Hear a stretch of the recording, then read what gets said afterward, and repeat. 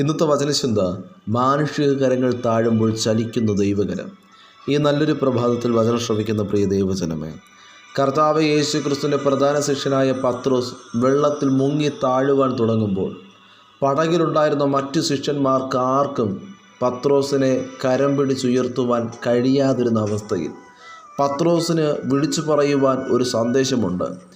മാനുഷികമാകുന്ന കരങ്ങൾ താഴ്ന്നു പോകുമ്പോൾ, ചലിക്കുവാൻ കഴിയാതെ വരുമ്പോൾ എനിക്ക് വേണ്ടി ഉയരുന്ന ദൈവകരമുണ്ട്.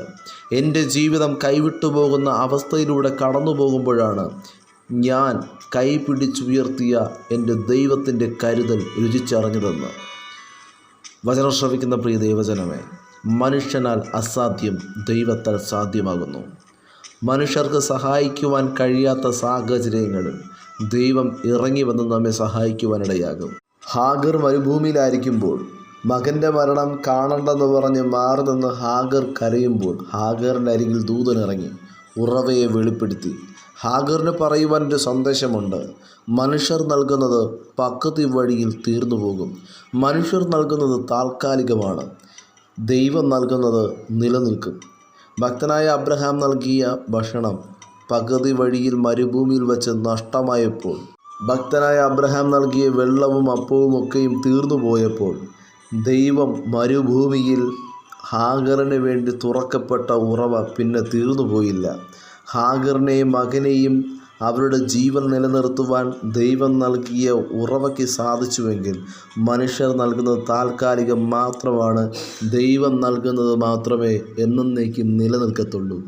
കർത്താവ് യേശു ക്രിസ്തുവിൻ്റെ പരസ്യ ശുശ്രൂഷ കാലത്ത് വിശുദ്ധ യോഹന്നാൻ എഴുതിയ സുവിശേഷം 2-ാം അധ്യായം 3 മുതലുള്ള തിരുവചനം വായിക്കുമ്പോൾ അവിടെ കാണപ്പെടുന്നുണ്ട്, ഗലീലയിലെ കാനാവിലെ കല്യാണത്തിൽ കർത്താവ് യേശു ക്രിസ്തുവിൻ്റെ ശിഷ്യന്മാരെയും ക്ഷണിച്ചിരുന്നു. കർത്താവ് യേശു ക്രിസ്തു ശിഷ്യന്മാർ ഗലീലയിലെ കാനാവിലെ കല്യാണ വിരുന്നിൽ പങ്കെടുക്കുന്ന സമയം 3-ാം ദിവസമായിരുന്നു. യഹൂദന്മാരുടെ ആചാരപ്രകാരം 7 ദിവസമാണ് വിവാഹം ആഘോഷിക്കുന്നത്. 1-ാം ദിവസം രാജാക്കന്മാരെയും 2-ാം ദിവസം പ്രമാണിമാരെയും പ്രവാചകന്മാരെയും ഒക്കെ വിളിക്കുമ്പോൾ 3-ാം ദിവസം മുതൽ 7-ാം ദിവസം വരെ സാധാരണക്കാരെയാണ് ക്ഷണിക്കുന്നത്. എന്നാൽ സാധാരണക്കാരെ ക്ഷണിക്കുന്ന വേളയിൽ കർത്താവ് യേശു ക്രിസ്തു ആ ഭവനത്തിൽ കടന്നു വന്നു. 7 ദിവസത്തിനു വേണ്ടി കരുതി വച്ചിരുന്ന വീഞ്ഞ് 3-ാം ദിവസം തീർന്നുപോയി. അതേ പ്രിയ ദൈവജനമേ, അപ്പനും അമ്മയും കരുതി വച്ചിരിക്കുന്ന നന്മകൾ തീർന്നു പോകും. അപ്പനും അമ്മയും കരുതി വച്ചിരിക്കുന്നതൊക്കെയും താൽക്കാലികമാണ്. എന്നാൽ കർത്താവ് യേശു ക്രിസ്തുവിൻ്റെ കരം ചലിച്ചപ്പോൾ പച്ചവെള്ളം വീഞ്ഞായി മാറുവാനിടയായി. രുചിയില്ലാത്ത, മണമില്ലാത്ത, നിറമില്ലാത്ത പച്ചവെള്ളം രുചിയുള്ള, മണമുള്ള, വീര്യമുള്ള വീഞ്ഞായി മാറി. വചനം ശ്രവിക്കുന്ന പ്രിയ ദൈവജനമേ, വിഷയങ്ങൾ കടന്നു വരുമ്പോൾ കർത്താവ് യേശു ക്രിസ്തുവിൻ്റെ കരങ്ങളിൽ പൂർണ്ണമായി സമർപ്പിക്കാമോ? ദൈവപ്രവൃത്തി കാണുവാൻ സാധിക്കും. ഭക്തനായ ദാവീദ് മനുഷ്യനിലല്ല ആശ്രയിച്ചിരുന്നത്, ഭക്തനായ ദാവീദ് ദൈവത്തിലെത്ര ആശ്രയിച്ചിരുന്നത്.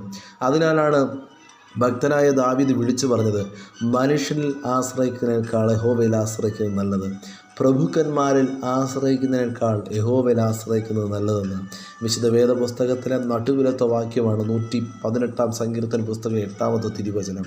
ഭക്തനായ ദാവീദിനറിയാം, മനുഷ്യൻ്റെ കരങ്ങൾ ചലിച്ചാൽ പരാജയം സംഭവിക്കുമെന്നും ദൈവത്തിൻ്റെ കരം ചലിച്ചാൽ അത് വിജയത്തിന് കാരണമാകുമെന്നും. അനേക പടക്കൂട്ടങ്ങൾ ഭക്തനായ ദാവീദിൻ്റെ നേരെ കടന്നു വരുമ്പോൾ, ഇസ്രായേൽ ജനങ്ങളെ തകർക്കുവാൻ ശക്തമായ പടക്കൂട്ടം പാഞ്ഞു വന്നപ്പോൾ ഭക്തനായ ദാവീദ് ആശ്രയിച്ചത് രാജാക്കന്മാരിലല്ല, ഭക്തനായ ദാവീദ് ആശ്രയിച്ചത് പ്രഭുക്കന്മാരിലല്ല, ഭക്തനായ ദാവീദ് ആശ്രയിച്ചത് അവിടെയുള്ള പടജനങ്ങളെയല്ല.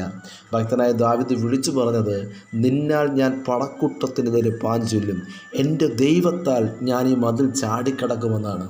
വചനം ശ്രവിക്കുന്ന പ്രിയ ദൈവജനമേ, യഥാർത്ഥ ഭക്തൻ്റെ ആശ്രയം ജീവനുള്ള ദൈവത്തിലാണ്. മനുഷ്യനിൽ ആശ്രയിച്ചാൽ നാം പരാജയപ്പെടും, നാം തോറ്റുപോകുവാനിടയാകും. എന്നാൽ ജീവനുള്ള ദൈവത്തിലാണോ ആശ്രയം വച്ചിട്ടുള്ളത്? ദൃശ്യമായും അദൃശ്യമായും വരുന്ന വൻ സൈന്യത്തിൻ്റെ നേരെ പാഞ്ഞു ചെല്ലുവാൻ, അവൻ വലിയ മതിലാണെങ്കിലും അവയുടെ മേൽ ചാടിക്കടപ്പാൻ, ബലഹീനതയിൽ കവിഞ്ഞൊഴുകുന്ന ദൈവശക്തി കൊണ്ട് നമ്മെ നിറയ്ക്കുവാൻ ദൈവം ശക്തനാണ്. മനുഷ്യൻ്റെ കരങ്ങൾ താഴ്ന്നു പോകുമ്പോൾ ചലിക്കുന്ന ദൈവകരമുണ്ടെന്ന് ഓർക്കണം. നമ്മുടെ ജീവിതത്തിനകത്ത് പ്രതികൂലങ്ങൾ കടന്നു വരുമ്പോൾ, കഷ്ടതകൾ കടന്നു വരുമ്പോൾ, രോഗങ്ങൾ കടന്നു വരുമ്പോൾ മാനുഷികമായ കരങ്ങളൊക്കെയും താഴ്ന്നു പോകും. നമ്മുടെ സമ്പത്തൊക്കെ നഷ്ടമാകുമ്പോൾ മനുഷ്യരൊന്നും നമ്മുടെ അരികിലേക്ക് കടന്നു വരത്തില്ല. എന്നാൽ ശൂന്യതയാണോ, തകർച്ചയാണോ, പ്രതികൂലമാണോ, രോഗമാണോ, ഒറ്റപ്പെടലാണോ, ദൈവത്തിൻ്റെ കരം ഈ നിമിഷം ചലിക്കുകയാണ്.